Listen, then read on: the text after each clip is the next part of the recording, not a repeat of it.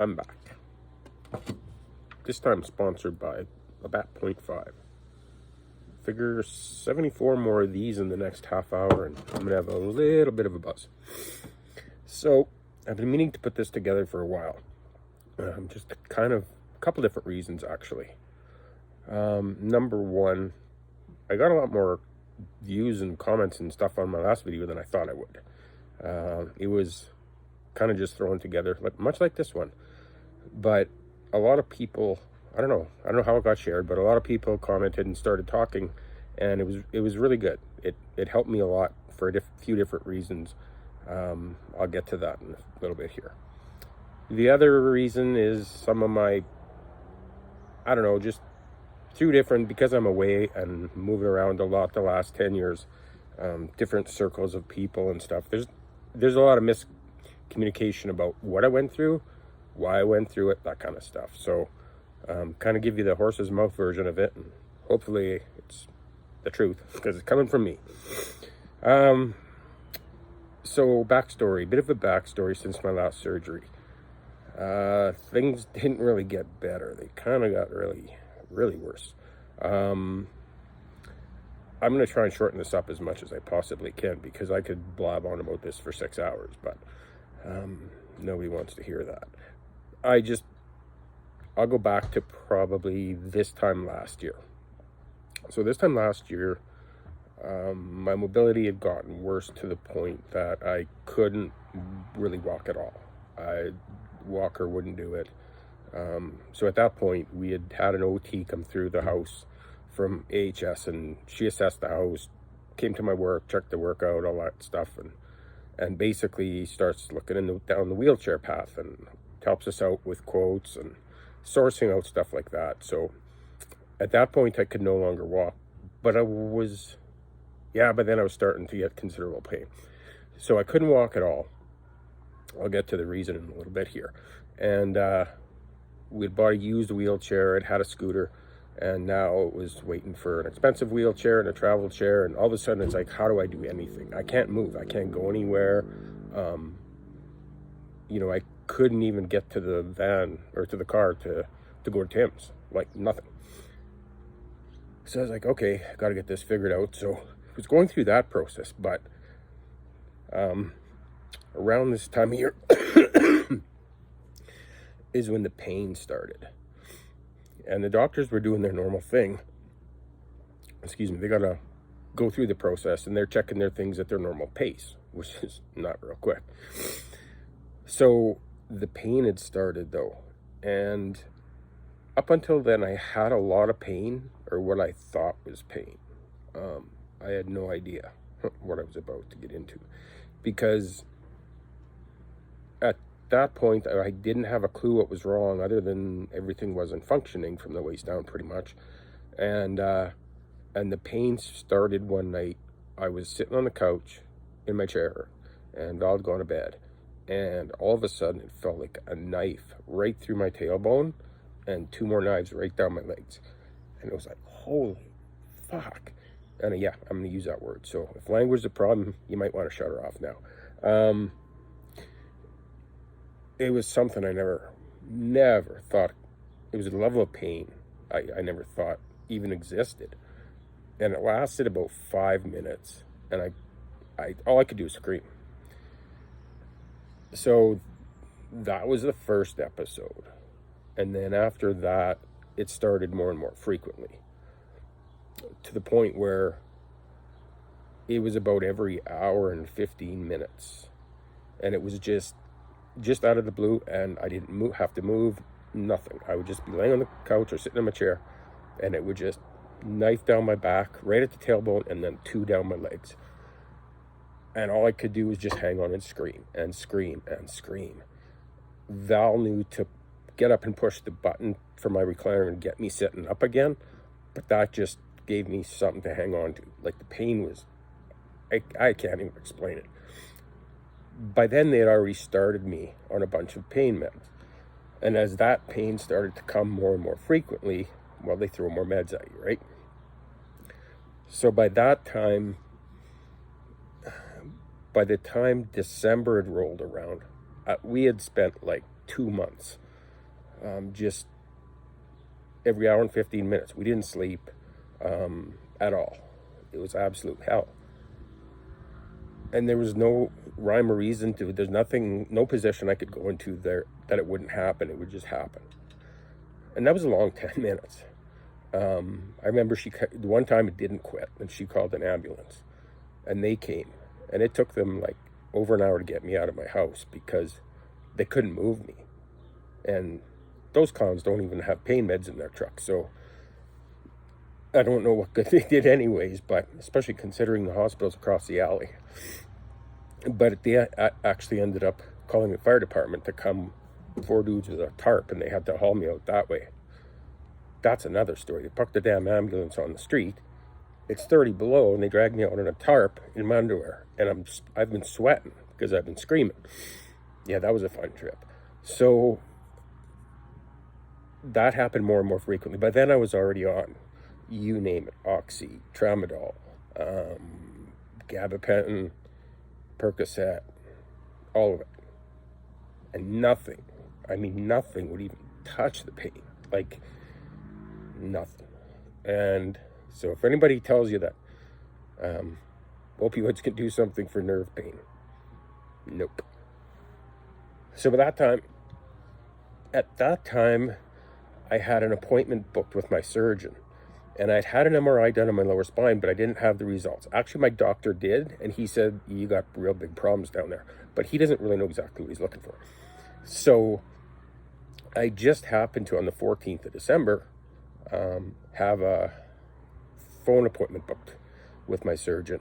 And he phones me at about 2 o'clock in the afternoon. And we're chatting, and he says, I bet you're happy, eh? And I said, happy? I'm in a wheelchair. Why the hell do you think I'm be happy? And he's like, you're in a wheelchair? He's like, I'm going over your cervical MRI from your first surgery. And he said, everything healed perfect. He said, I'm really pleased. And I'm like, no, I can't walk, man. And he's like, what? And he starts asking me the questions and stuff. So I said, okay, I said, actually, I had an MRI done in Grand Prairie a month ago. I've been waiting to talk to you. Can you look and take a look at that MRI and see what you see? So he says, yeah, I can do that. And phone was quiet. He's like, how close are you to the hospital? I said, it's right across the alley, man. Like, I can see it from here right now. And he's like, Kate, you got an hour to get there. Kate, he's like, I got to get you on a plane. I got to get you here. What the hell are you talking about? Like, I understand I'm in a lot of pain. Like, I need your help, bro. But, like, what are you going to do here? So he flew me to Edmonton that night. And that was an interesting trip. Because it's my wife's company that she works for that flew me. So I got to Edmonton that night. It was probably, oh shit, I don't even know what time I got to Edmonton. By the time they had me in and out of Fairview, and I was on the plane like an hour after I got there. So they got me to Edmonton, and he was waiting. And when he did it, I don't even remember, like, I remember everything leading up to it because, you know, nothing was foggy at that point. And I get in the room, and they're like, okay, we're taking you to surgery. And I'm like, it's midnight. Yep, he's waiting for you. So I thought about it. I'm like, well, hey, this is pretty cool. He's gonna, whatever it is, he's gonna fix me tonight. And I've never been so happy to see somebody in my life. I was like, oh. And he's the nicest guy in the world. Like, and he just calms you down as soon as he talks to you. So I said that in my last video too, right?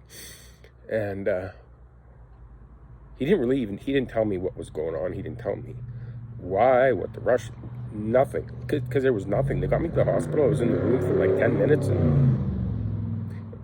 In my room for like 10 minutes, and they whipped me into surgery. Like, no x-rays, no blood work, the normal pre-op shit, nothing. When I got in the operating room, after I chatted with him for a bit, in my last video I talked about how during that operating room process when you're waiting, that's the freaky part, right? It's kind of like skydiving. You ever go skydiving? The worst part is when they open the door, because that's when all the wind rushes in, and that's when it gets real. Same thing when you're going in for surgery. So the lights are coming, but hey, I go in there, they're not ready. They were calling people in, like they weren't even getting close to ready. So that was like 40 minutes of laying there in getting them set up. So that part sucked. Anyways, I remember waking up that morning, was probably, it was around 5 or so when he was done the surgery. And I woke up, and I was like, he's sitting there, and he's like, how do you feel? I said, you cut my legs off. He's like, no. He's like, your legs are there. You sure? He's like, mm-hmm. He said, does it feel better? I'm like, oh my God, the pain was completely gone. Can't say that today, but at that point it was completely gone. So I was like, well, this is cool. So got me back to my room, and got set up there. Then I got kind of filled in as to what they did, lower spinal decompression and blah, blah, blah, blah, blah. I didn't really know exactly what was going on, but there was like 4 big compressions down there. And I don't know, it's all medical talk, but I guess it's pretty serious shit. So he gets it all fixed up, and I'm in the hospital for about a week, something like that, at the Royal Alec. So this is December 14th is when I went in. And a few things happened that kind of weren't so good, maybe. I thought the pain was gone, but I still couldn't move. Like, I still couldn't walk. I could transfer myself with my arms from, the wheelchair to the bed and that kind of thing. But to actually put weight on my legs, no, that would never happen. So anyways, I get through that, and I kind of get my head wrapped around what they did. And I was in there for 4 days or so, and then the Glenrose came over, and they do an assessment. I had a couple physio people from there come over and do some stuff before, but they sent this whole team of like 4 people, and my surgeon was in there. They come and they go through, well, it was like all afternoon. And one of the things they do is they put you in this big machine. It's like it's hard to explain. It's like a big, huge thing that surrounds you. Like the walkers that kids had, a big, gigantic steel one around you. And they hook all these probes all over you. And it's basically a bunch of Dr. Ho machines. And they're zapping each muscle individually, or muscle group. And they're basically bypassing your neurological system to try and see if your legs will work. And mine didn't. So I didn't know what that meant at the time either. But so then they come over and they do the rest of the assessment and stuff. And, they tell you flat out, in not so many words. They say, well, the spinal compression, if it hasn't healed by now, after this much time from your first surgery, because that's what's causing your leg issue. It's not, the lower spinal compression gave me a whole bunch of other problems, but it was still my neck that was stopping me from walking. And he said, if it's not resolved by now, he said, their exact words were, you have to be really extremely realistic with your expectations of walking again. Okay, I kind of prepared for that. I was thinking about that for a long time. So they said they would take me for inpatient physio, for 3 months. And, but he said, the main purpose and goal of that is to, we're going to try and improve your walking, but we're really going to work on your upper body to get your upper body stronger for various tasks, transferring around, pushing a wheelchair, that kind of stuff. So, okay. And I'm like, this doesn't make any sense, because they told me I had to stay in the hospital there for 3 months first before a spot would open up at the Glenrose, and then they ship me across the street, and that'd be another 3 months. It just seemed like seemed ridiculous. I'm like, well, if you're not going to fix me anyways, I might as well go home. So I wasn't real keen on even considering that option. And it got to the point where I just wanted to get the hell out of there. And eventually I did get discharged. And then I came home. But when I was in there, after they gave me that news, I was kind of feeling sorry for myself. I was downstairs in the wheelchair, cruising around, and I was outside of the gift shop, and there's this lady there, and she says to me, I can't remember what she said. She struck up a conversation with me, and I said, yeah, I just had a bunch of guys from the Glenrose here basically tell me I'm not going to walk again. And she said, oh, and then I'm sorry, and all this other stuff, and then she starts getting pretty teary, and she said, my husband came in here 2 days ago with a brain bleed, and he's not coming out, and I just learned that today, and I got to go home and tell my kids that. Well, that kind of hits you pretty hard, because it's like, yeah, I get it. Kind of a knockdown back to reality, Jay. So my buddy came and picked me up, because I finally got discharged about a week later. So shout out to you, Wayne, man, I owe you. And he comes and picks me up and gets me back home to Fairview, because I got back just in time for Christmas. And after that, the recovery was, it was absolutely horrible, because nothing works. You're trying to wrap your head around, like, okay, I can't think about going back to work like this. Like, there's no way I can work like this. So you're trying to wrap your head around, probably not going to work again. All of the other shit that goes along with that. But it was just a bad time. And for 2 months, I guess 2.5 months after that, it was just, okay, I finally accepted that, okay, this is the way it is. It's going to be long-term disability. I was already on long-term. They already approved me. They already said, we're probably not even going to try and retrain you down the road. Because there's not, everybody kind of was on the same page there. But the one thing that happened was I couldn't walk at all. So I couldn't stand. When I was brushing my teeth, I would kind of, I just kind of prop myself up and kind of hold myself up with my upper body against the sink. And then all of a sudden one day I was standing there and I was brushing my teeth, and I looked down and I was standing. My knees were apart, because as soon as I tried to move my legs, it would just big 5-hole. My knees would be stuck together. And I was standing, and I'm like, well, holy shit. So I called Val, and I'm like, all right, I hear you, leave. I called Val in the room. I'm like, you gotta come see this. And she's like, what? You're brushing your teeth? I'm like, I'm standing. She's like, oh, holy shit. And I'm like, and I thought to myself, well, that's, okay, this is a whole other ballgame now. So I remember going to the chair and sitting down, and I sat down in my chair, and I thought, if I can stand, I can walk. So that's what I started doing. I just pushed and pushed and pushed every day. I wiped out every day, 1,000 times a day. I was like a drunk baby. It was interesting. But all I could think of is, if I can walk one step, because that's how I did it. I would take one step, fall. Then the next time it was like 3, and then crash.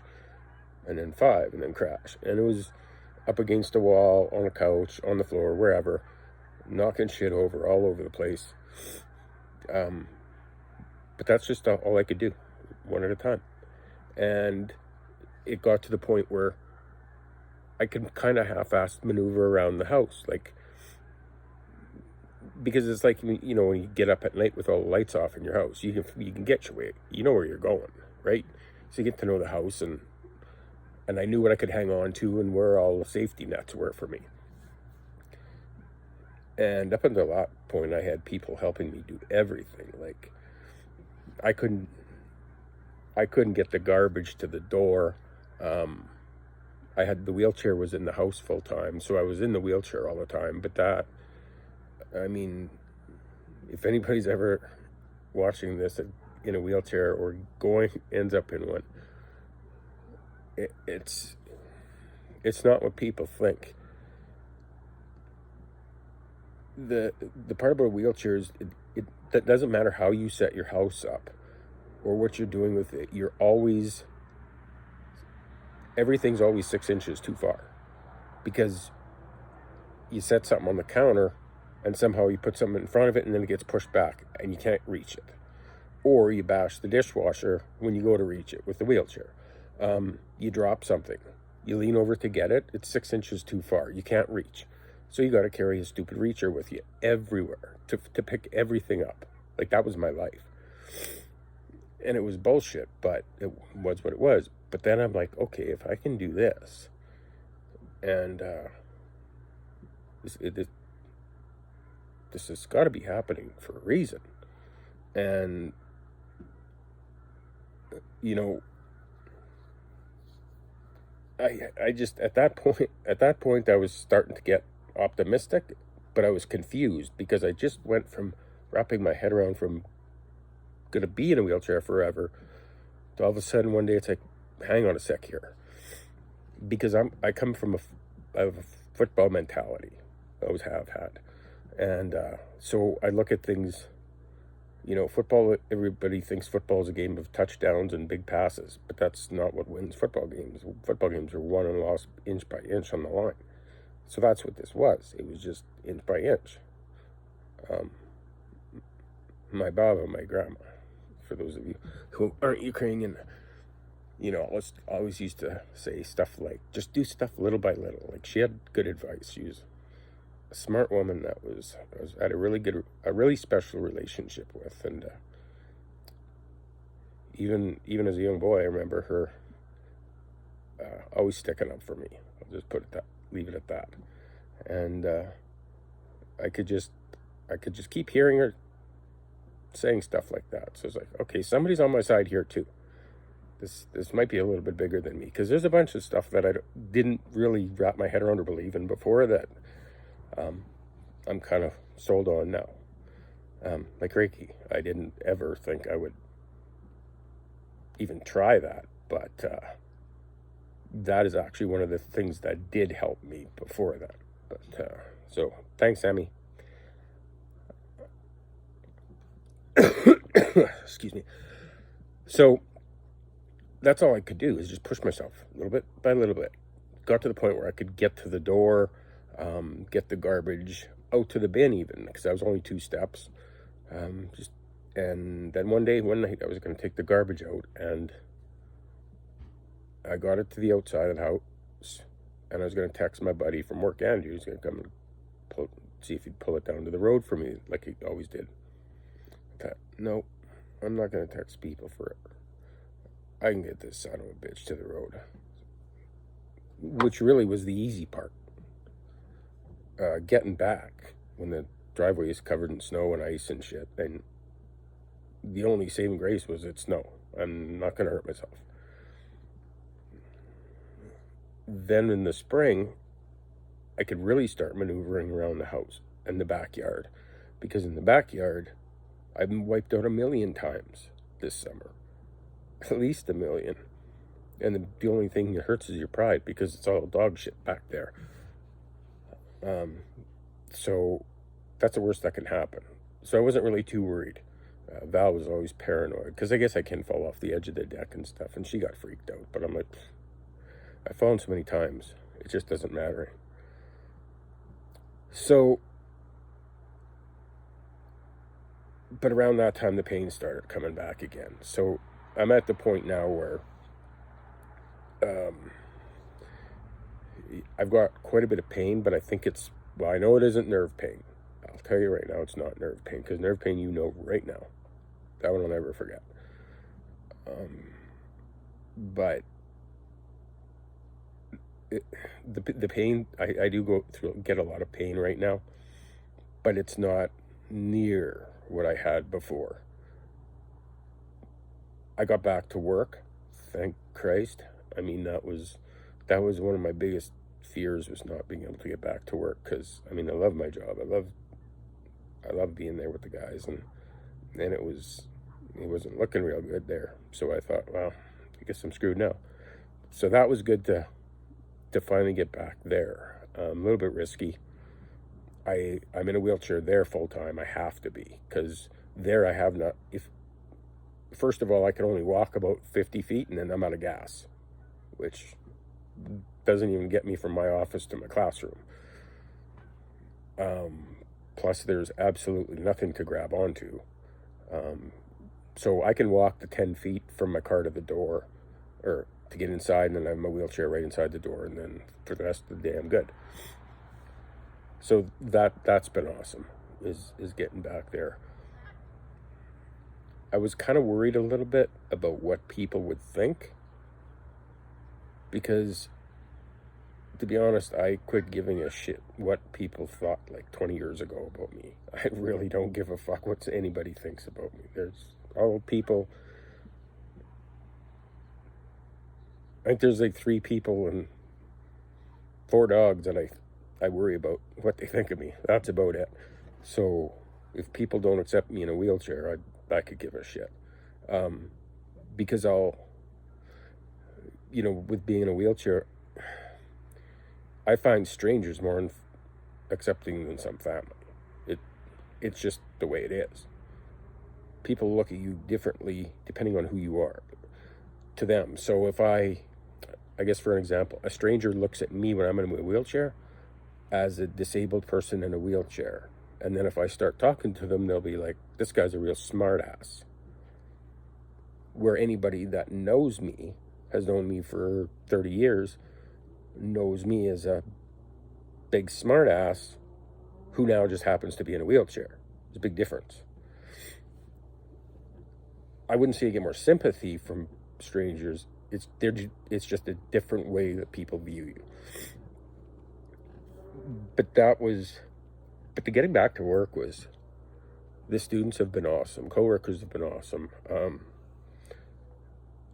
Everybody's been totally awesome about it. And I don't know. I'm very fortunate to have been able to get back. And I don't know where this is going to go. Pushing myself pretty hard, so I guess we'll see. But I know that there's things that help me over the whole process. Like I said, Reiki helped me. That was something I never would have guessed in a million years. It's actually kind of, I learned a lot, because what I really learned about is the medical system and what you need to do. Because before I got to my surgeon, I was trying everything too. Chiropractor, acupuncture. And I learned something, like chiropractors and acupuncture, all that stuff, they gotta stay in their lane. Because they tell you, oh yeah, I can help you. Yeah, you can help me, but finish your statement. You can help me treat the symptoms. You cannot fix my problem. Unless you know I have a spinal compression, no, not think or guess, no, you can't fix my problem. You can treat the symptoms. You can do the whole poking thing and needle things or whatever they want to do. You can't crack me, obviously. That's another story, but you can do whatever, You don't know what's wrong with me. You need imaging for that. You need the medical system. So once I had imaging and knew exactly what was wrong with me, well, now a surgeon can fix me. But the chiropractor sure as hell never would. As a matter of fact, with my first spinal compression in my neck, that one, when I look at my MRI, it's actually, I still want to throw up, because you can see where my spinal cord gets really narrow through there. If I would have went to my chiropractor and he tried to adjust my neck while my spinal cord was being compressed, that would have been the 0.005% chance person that you hear about that goes to a chiropractor gets cracked because there was a pre-existing condition. That would have been me. So it wasn't until I got into the real medical system and they actually could diagnose my problem and get in there and fix it and get me back to this level again. So I'm going to be starting physio again to try and get a little bit stronger in my legs, but I'm just going to have to see. The biggest challenge, I guess, over the whole process was not knowing what direction things were going to go. You know, I'd go from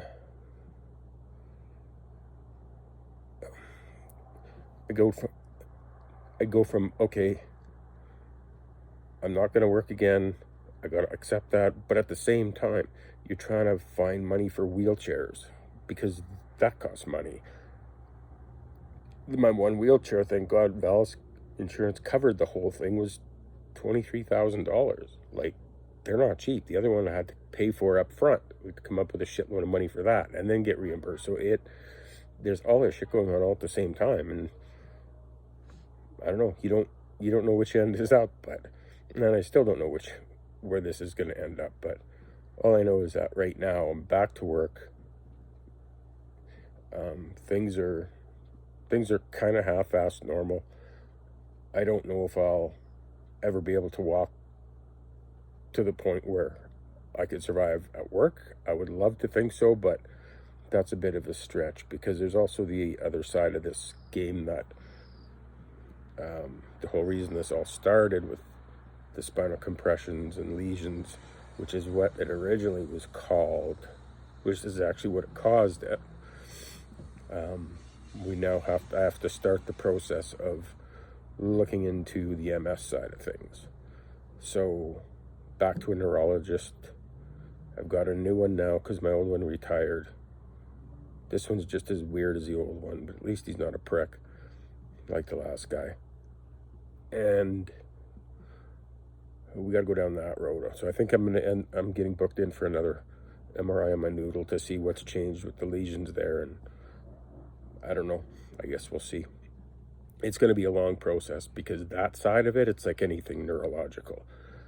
MS, Parkinson's, there's one other one that's in that group.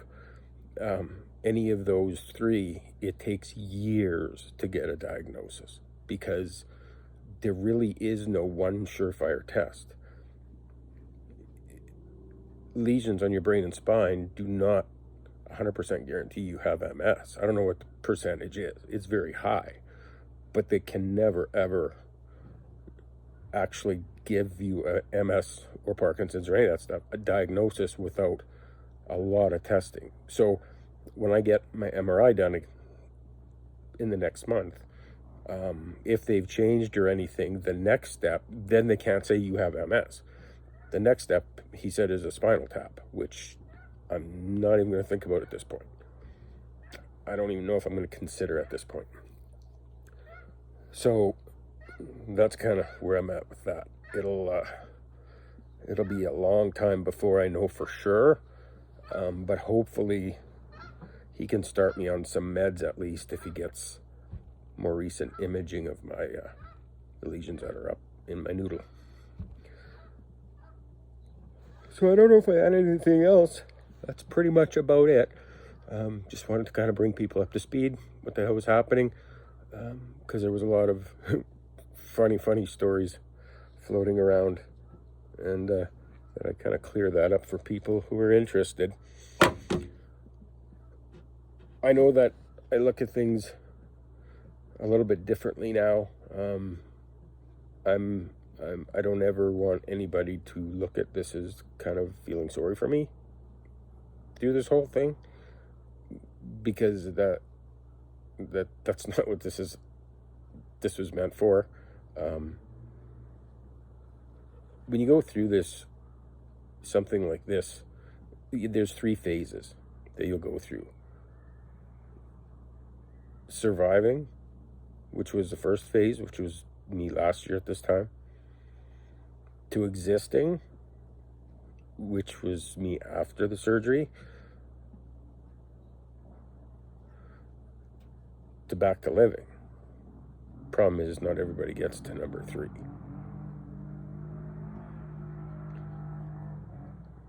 Cool. Just go for a ride. All right. So I thought I'd bring people up to speed. I'll try and do another one of these down the road because I got some drone stuff I want to get up. So if you watch this, thanks a lot. Actually hit the like button. That's going to help me out. All right. Take her easy.